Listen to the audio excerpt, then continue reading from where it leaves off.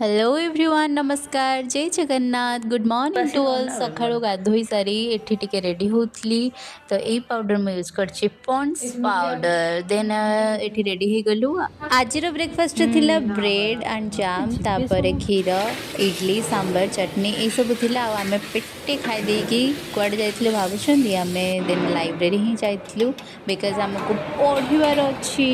तो तापर लाइब्रेरी जीवा बाटर बहुत सुंदर पवन दूसरा तो से मुझे क्लिप नहीं जाइली एंड यहाँ मोर केमती ही वीडियो आपण मैंने कमेंट रे कहतु देन आसिलु एठी बसिलु पढ़ाई आ बहुत सुंदर मतलब शांति लगुला जगटा शांति ही लगे कारण आम तीन ही जाकि आगे पहुँचे से कहीं नथिले तापरे तो पिला आस्ते आस्ते आसिले एठी देखंतु पाठ पढ़ुची ना ये मत अनौची माने आई एम कन्फ्यूज हाँ से अनौ था आम इग्नोर करवा चलो तापर आम टिके बोरिंग हो गलु से बाहर को आसलु बाहर देखला बेलू वर्षा होता एक्चुअली केतबेले खरा होते वर्षा हो सतरे जानी होनी केतबेले सांगे सांगे किछि नथिबो वर्षा ढाली पकेइबो एमिति वर्षा पाग देखिकी खाली इच्छा होची सोइबा को हेले एते समय सोइबु केमिति तापर आमे माने जाइथिलु लंच करबा पई एंड लंच रे भात डाली सोयाबीन तरकारी पूड़ी आचार एमती किसी आम खाई बहुत जोरे भोक भी लगी तो पेट पूरी खाईदेलु सोयाबीन तो मत मो सांग मान बहुत भल लगे आम से दिन देखिए खुशी हो गलु कैंटीन खाई आसारा वर्षा पकाउला कैंटीन रूम को 2 मिनिट रास्ता किंतु आम आसबू 4 मिनिट तो रूम रे आसिक फाइनाली पहुँची गली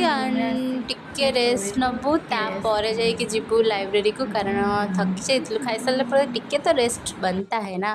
सांग मैंने देखंतु एते रेस्ट नहीं सारा परे भी ये आसी एठी पुणी सोई पड़ी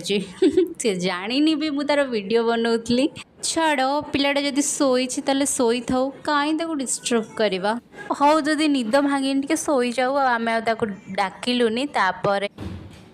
आमे कैंपस बहुत दिन हम बुली नथिलु से भाविलु कि टिके जाइए बुलबू सब बुलू बुलू आमे गोटे दुकान पाई गलु जोठी की कुरकुरी बिस्कुट मिलथला सेटा आमे जानि बहुत दिन पर आमे कुरकुरी भुजी गजा आज फाइनली एई जो दुकान ना एई जो but it was okay okay it हमर क्यूट सब फ्रेंड देखन तो मोर नेम इज श्रुति एंड आमे तांको